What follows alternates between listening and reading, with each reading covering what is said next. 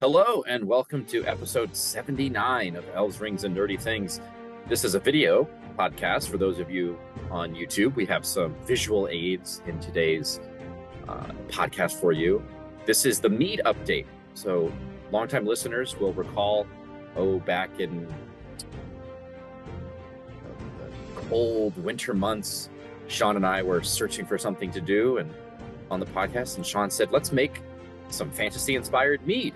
And that's what we did. So Sean, my co-host, the Mead Master, this episode is all about you. I'm getting the stall for time. So, oh wait, this is a video. So you'll see Sean telling me to stall for time. And he's back, folks. Sean, the Mead Master. This is our mead update. What do we got? I realized I wanted to show, this is the cookbook that we got this mead recipe from. The Elder Scrolls. This is... as a reminder, if you didn't watch the first episode, please go back and watch that. If you just forgot, the mead recipe that I took was from the Elder Scrolls Official Cookbook, and it was based on I think it was the Horning Brew mead, the Juniper berry recipe that they had from the Skyrim video game. And I currently have 4 meads that are in different phases of completion. In the first episode where we talked about our mead, we got it into primary fermentation. So all of the honey was eaten up by the yeast and turned into alcohol and carbon dioxide. And about 2 weeks later, I removed the juniper berries, hibiscus, and yarrow flower that were sitting in the liquid. Question, real quick.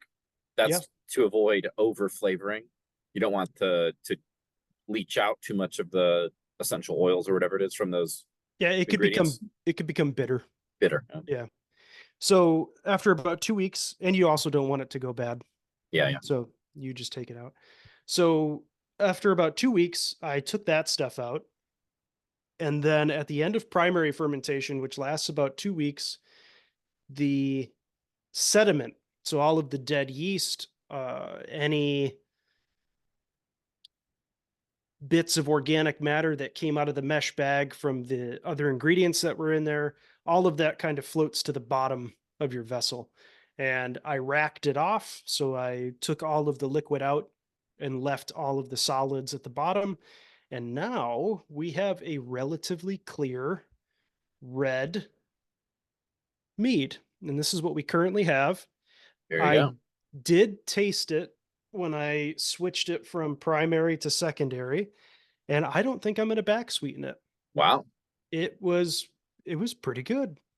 Is that an achievement that you did not anticipate, that reflects a certain skill in your meat making, or is that just random circumstance? What do you think? I mean, it could be that I'm getting better. I was just talking to somebody the other day, and I'm at about year 3 of making mead. Really? Yeah, it's like 2.5 years I think I'm at right now. But if you round 3, but I've got a couple other ones. I'm 40. Yeah. I've got a couple others that I have currently. So just to show again, this is the mead, and for our audio listeners, it is a very nice light red color. Is that about a gallon? How much is that? How many gallons? Yeah, gallon. One gallon. And then I have this, which is currently in secondary as well. You notice it's more of an amber color. Mm-hmm. It looks more like a traditional mead, but it is actually a sizer. So it is, instead of water, spring water, I used apple juice, like organic, fresh pressed apple juice. And that gives it just a completely different flavor profile instead of the water. More flavors to it. Here in another jar, I have if you're giving us some visual watching, you'll see it's also kind of a reddish hue. This is a cranberry cinnamon mead. And our last one, which is in a carboy, this is persimmon banana. Which persimmon, if you will, you have a persimmon. Did it? There you go.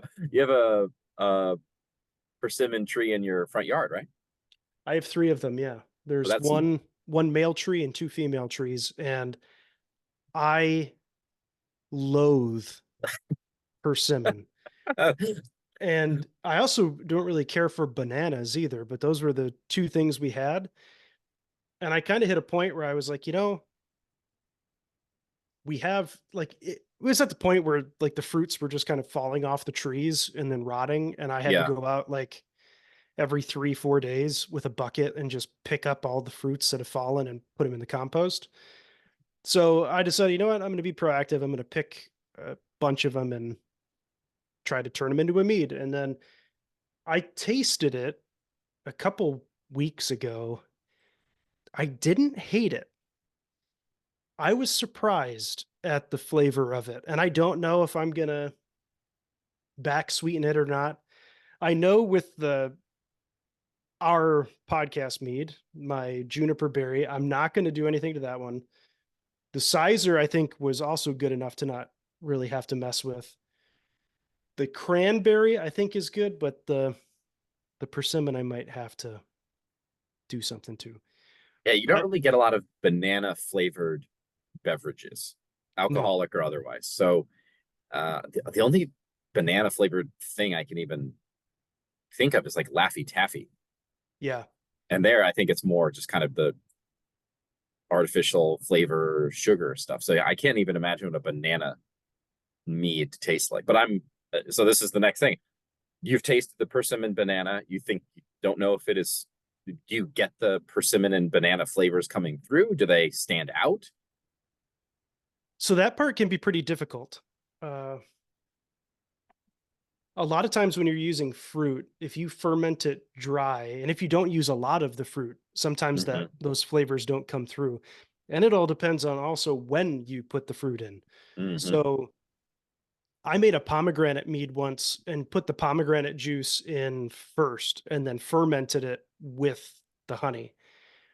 And a lot of the flavors of the pomegranate didn't come through in the end because they were eaten up by the yeast.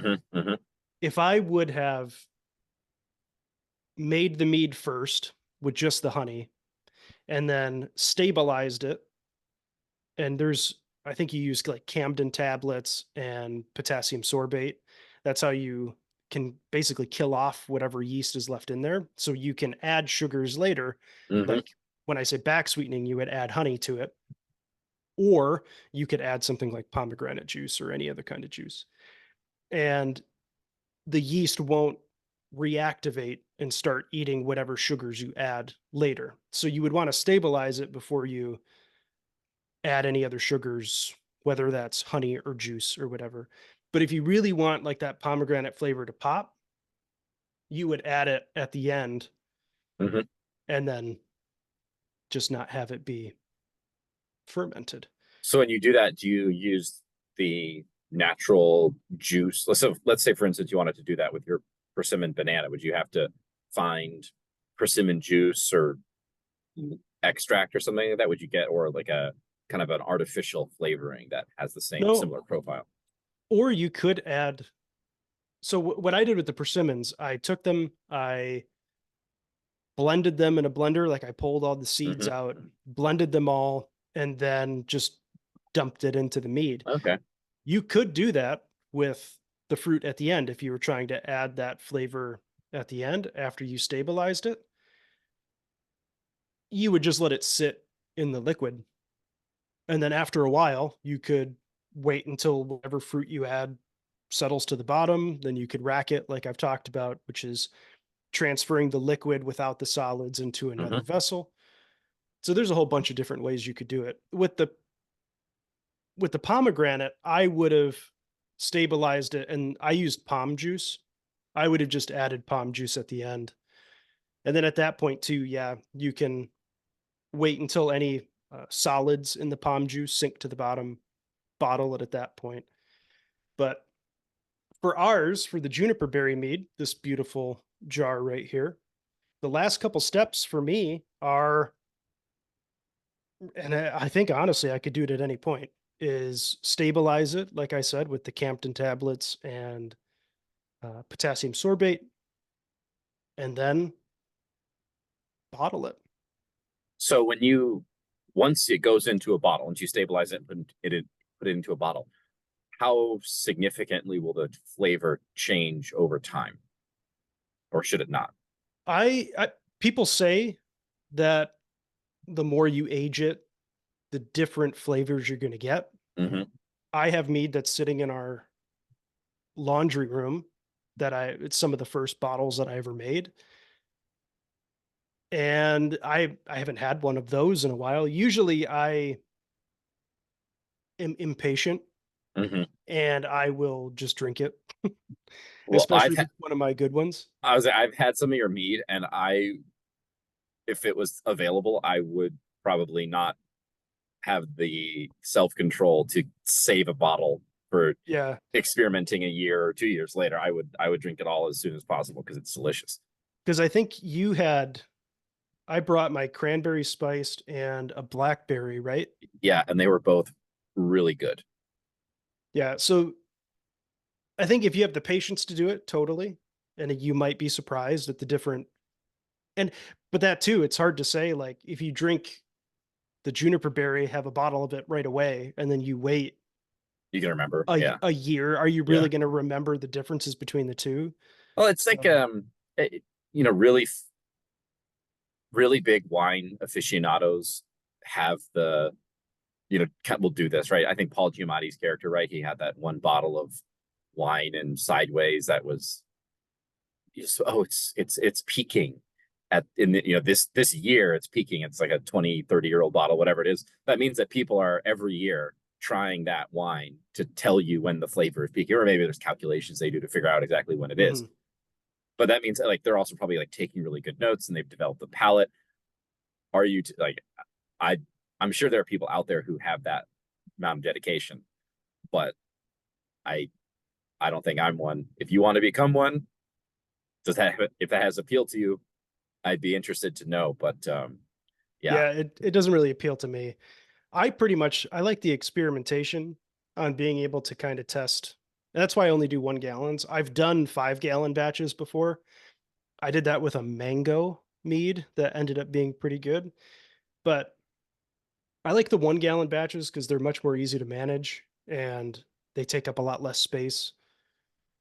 And you can be a little bit more experimental with Mm-hmm. what you're adding into it. I think the next one I really want to do is, I don't know if any listeners have had it or if you've had them, but the uh, cotton candy grapes.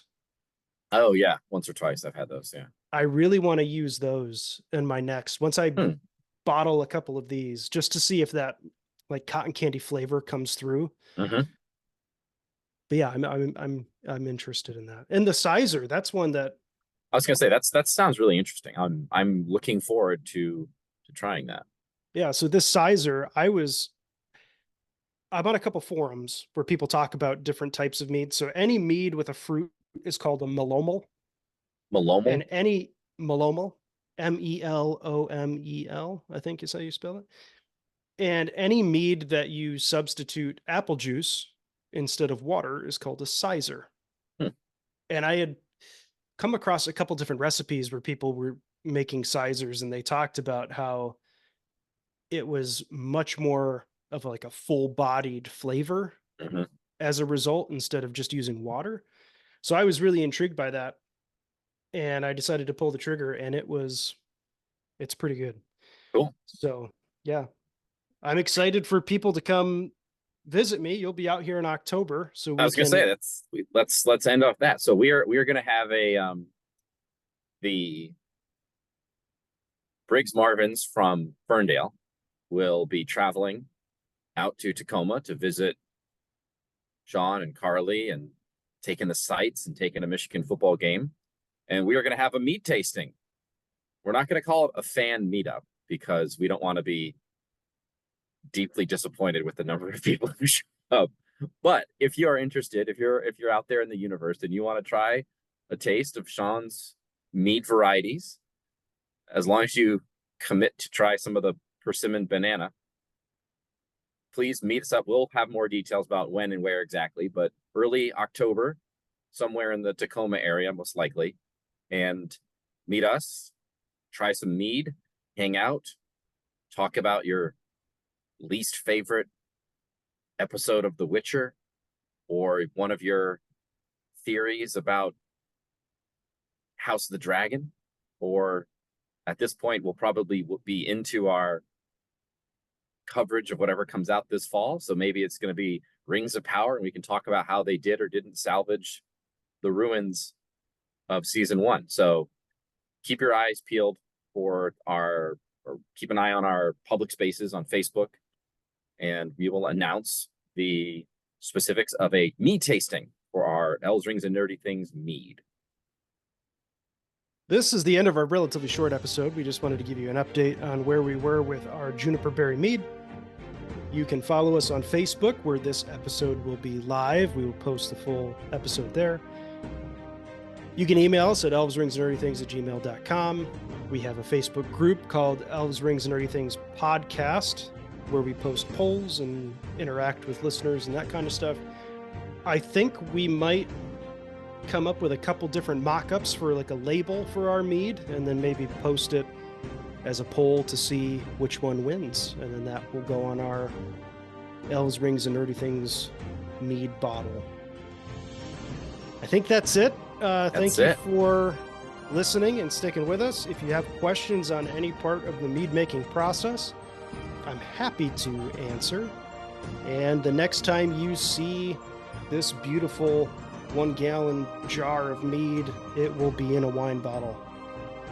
Can't wait. All right, bye everybody. Bye.